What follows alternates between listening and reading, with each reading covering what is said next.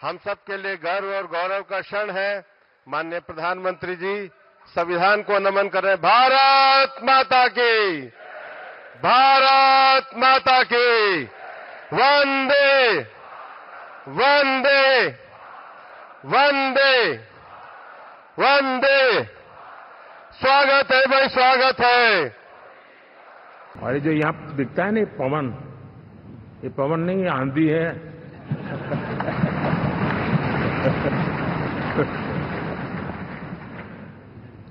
आंध्र ने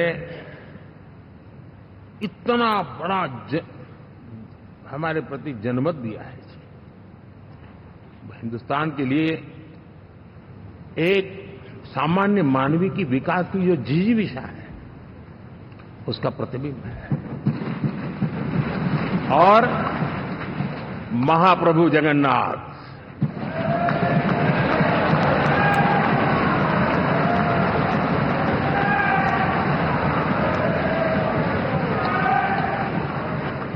और मैंने अनुभव किया हमेशा। मैं हमेशा मानता हूं ईश्वर के अनेक रूप होते हैं, लेकिन जब मैं भगवान महाप्रभु जगन्नाथ जी को याद करता हूं तो मैं हमेशा मानता हूं ये गरीबों के देवता है।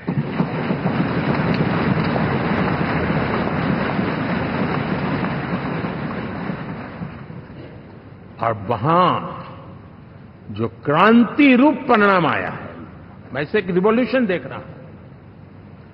और मैं इसके साथ कह सकता हूं कि विकसित भारत का हमारा जो सपना है,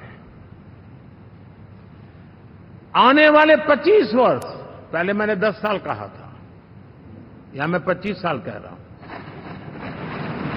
आने वाले 25 साल महाप्रभु जगन्नाथ जी की कृपा से उड़ीसा देश की विकास यात्रा के ग्रोथ इंजन पैकी एक होगा।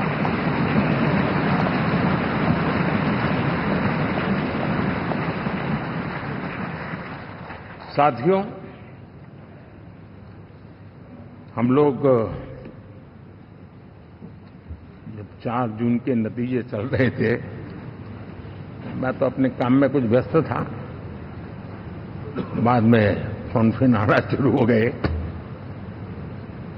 तो मैंने किसी को पूछा, यार ये तो ठीक है आंकड़े वांकड़े, तो मुझे ये बताओ कि ईवीएम जिंदा है कि मर गया?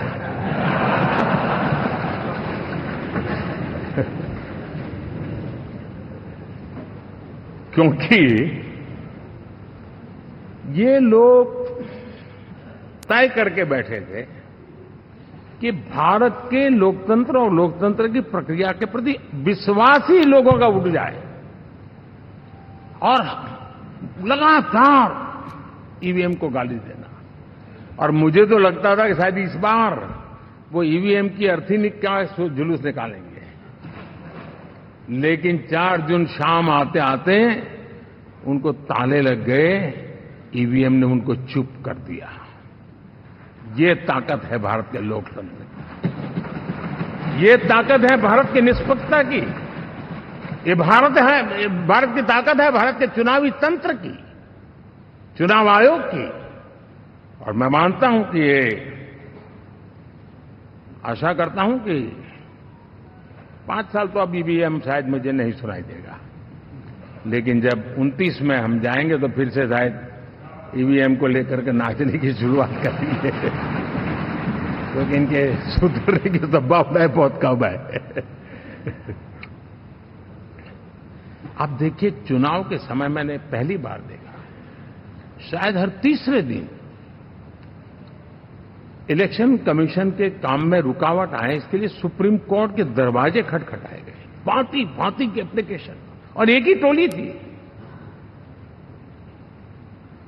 और लोकतंत्र के प्रति जिनका भरोभार अविश्वास, ऐसे लोग सुप्रीम कोर्ट का उपयोग करते हुए कैसे रुकावट डाले, इसका निरंतर प्रयास करते रहे।